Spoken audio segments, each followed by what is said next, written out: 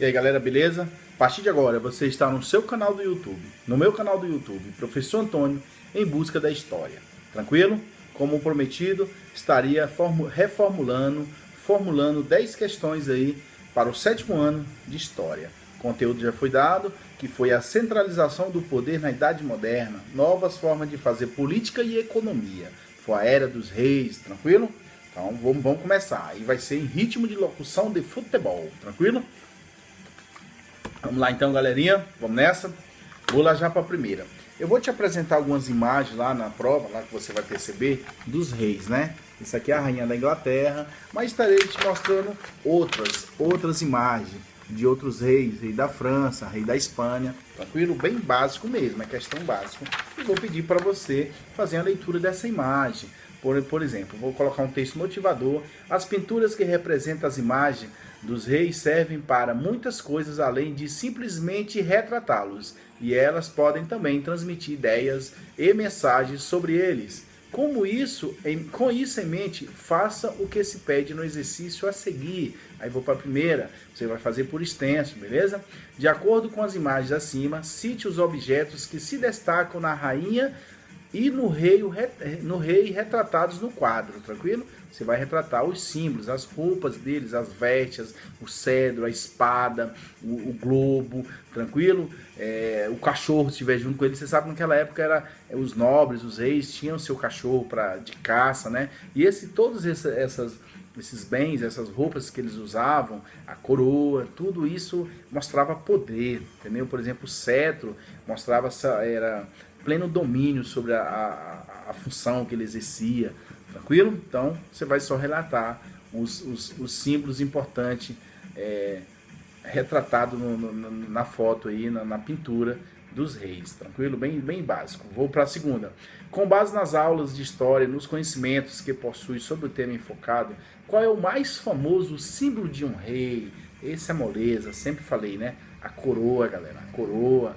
O rei também era coroado pela igreja, pelo Papa, tranquilo? Já vou para a segunda lá. Leia o texto com atenção. Na passagem da Idade Média para a Idade Moderna, a nobreza verá sua liderança ameaçada em uma aliança entre os monarcas e a burguesia. Essa associação foi responsável por uma série de transformações que levaram à centralização política e à prática do mercantilismo, doutrina econômica.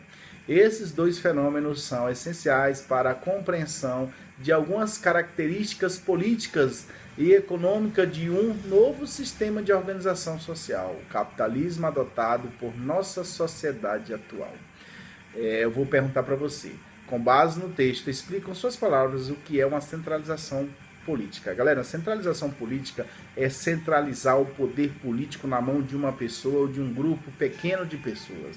Naquela época, era centralizado na mão de quem? Do rei. Se você der esse exemplo, eu vou aceitar. Se você trouxer por dia de hoje, eu vou aceitar. A gente está acompanhando no noticiário aquela confusão que está tendo na Venezuela, porque Maduro, ele quer centralizar o poder apenas na mão dele. Tranquilo? Isso é centralização do poder. Qualquer exemplo que você me der, eu vou aceitar. Que seja antigo, que seja de hoje, ou que seja o que você entendeu.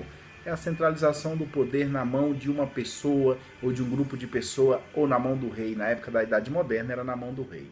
Tranquilo? Já vou para a próxima. De acordo com o texto, faça qual... desculpa. Vou colocar um texto lá para vocês sobre a Revolução da cidade de Aves, né? Foi lá em Portugal, né? Na cidade, em Lisboa, né, que ocorreu essa revolução, essa confusão. Como a resposta está no texto, o texto é muito longo, não tem como eu ler esse texto, não tenho tempo para isso, e vocês terão que ler esse texto na hora lá da sua avaliação. Mas a pergunta é, de acordo com o texto, qual foi a principal aliança na Revolução de Aves, né? Na Revolução de Aves, a principal aliança do rei foi o rei e a burguesia. Você dá uma lida no texto e incrementa melhora essa tua resposta. Tranquilo? Mais uma. Durante a regência da rainha Leonora Teles, estourou em Lisboa uma importante rebelião. Os habitantes ganharam as ruas aclamando Dom João, o mestre de Aves, como rei. Quem conduzia essa rebelião? Galera, quem conduziu essa rebelião foi Álvaro Paz, líder dos burgueses. Álvaro Paz, líder dos burguês, tranquilo? Aí eu vou te colocar mais um pequeno texto, Estado moderno e absolutista. Voltei lá para o absolutismo. Absolutismo era o poder do rei, tranquilo? O monarca, ao centralizar a administração de um território, precisava contar com o apoio de alguns órgãos para governar de fato. A partir do século XVI, a criação de mecanismos como os conselhos e os ministérios tornavam-se mais comum. Espalhados pelo país, os funcionários exerciam poder em nome do rei, aumentando os recursos de sua disposição. Aí vou fazer a questão. Agora você poderá completar as lacunas utilizando as palavras entre parênteses, como essas estruturas se organizavam na França. Moleza, né? Lembra, ensinei para vocês lá como é que eram essas estruturas. Então você vai começar pelo seguinte. Vamos lá, a primeira. Intendentes. Intendentes. Funcionários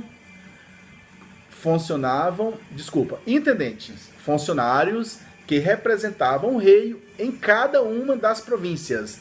Eram os intendentes, eram pessoas que representavam o rei nas cidades. Se chamava de províncias, tranquilo? Segundo, Estados Gerais. O que eram os Estados Gerais? Assembleias, né? Assembleia de muitas pessoas, Assembleias Nacional, integrada pela nobreza, igreja. E terceiro Estado, expressão que agrupa a burguesia, camponeses e trabalhadores urbanos e pobres. Porque na França tinha 3 estados. Era o clero, a nobreza e o terceiro estado, que era o resto da população. Quase 96% da população era o terceiro estado, que entrava a burguesia, camponeses, pobre, etc. Tranquilo? Então esses são os Estados Gerais. Vamos para a última. Aí lá no Estados Gerais nós vamos para o Conselho de Estado. Conselho de Estado, composto por 4 membros, ministro de Estado que assessorava o rei em questões mais relevantes. Beleza? Fechou? Então, as palavras que eu vou... Os segmentos que eu quero que você me explique, que você me explique é intendentes, Estados Gerais e Conselho de Estado. Já vou para a próxima. Na próxima, leia o texto com atenção a seguir e responda a questão. A França tinha um rei chamado Sol. Não vou ler o texto que é um pouco grande, vou direto para a pergunta. Qual é o rei da França, do qual o texto e a imagem acima se refere? Beleza? Aí vocês vão ter que ler o texto para saber. Mas olha só, por que o rei era chamado Rei Sol? Era porque ele era um rei. O Sol, os astros não giram em torno do Sol, hoje em dia, não é isso? Então colocaram isso porque as pessoas, a vida política, a vida social, girava em torno dele. Eu vou te fazer essa pergunta lá na frente. Mas agora eu quero que você me responda.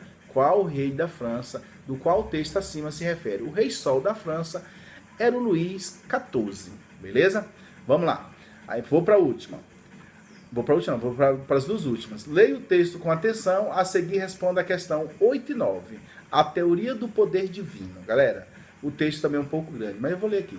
Os monarcas absolutistas exerceram sua autoridade sobre todos os homens, em muitos casos atuaram contra os interesses de diversos grupos sociais. Além de controlar a nobreza e influenciar os rumos da economia, o rei contou com a divulgação de ideias que reforçavam sua autoridade.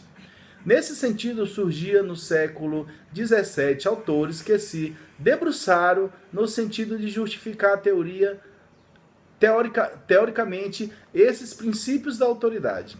Para alguns desses pensadores, o rei tinha tanto poder porque recebia diretamente de Deus, em seu nome exercia.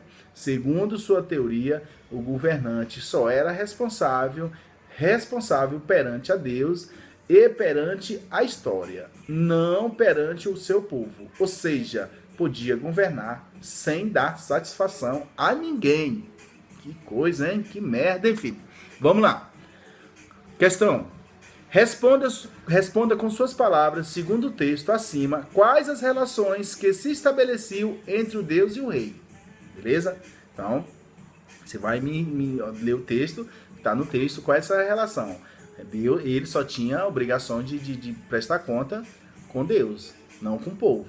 Ele era um cara, por exemplo, acreditava-se na época, a igreja divulgava, ele usou a igreja para divulgar essa coisa, do qual ele era o representante de Deus na terra.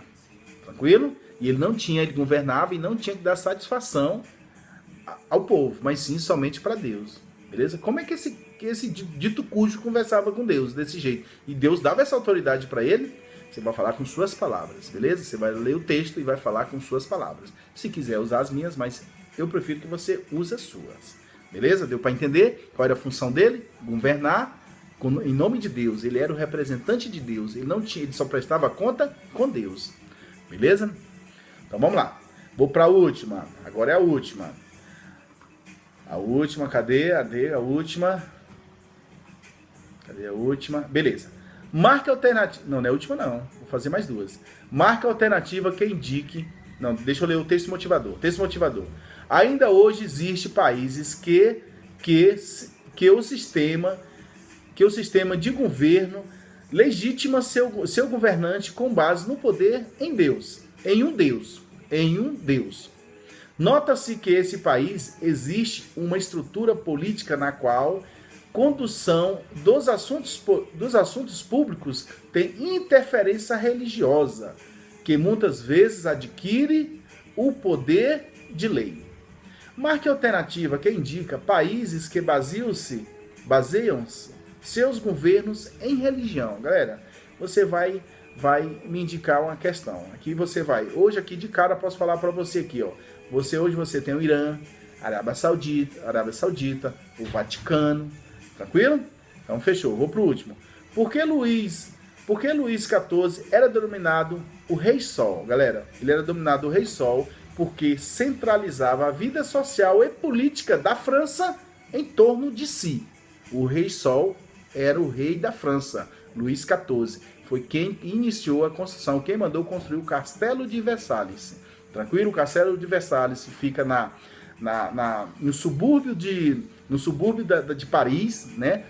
Num bairro chamado Versalhes, e foi construído lá para ficar longe da cidade, longe da pobreza, longe de doenças, entendeu? E foi construído no subúrbio de Paris, um bairro chamado Versalhes. E a coisa mais linda do mundo lá.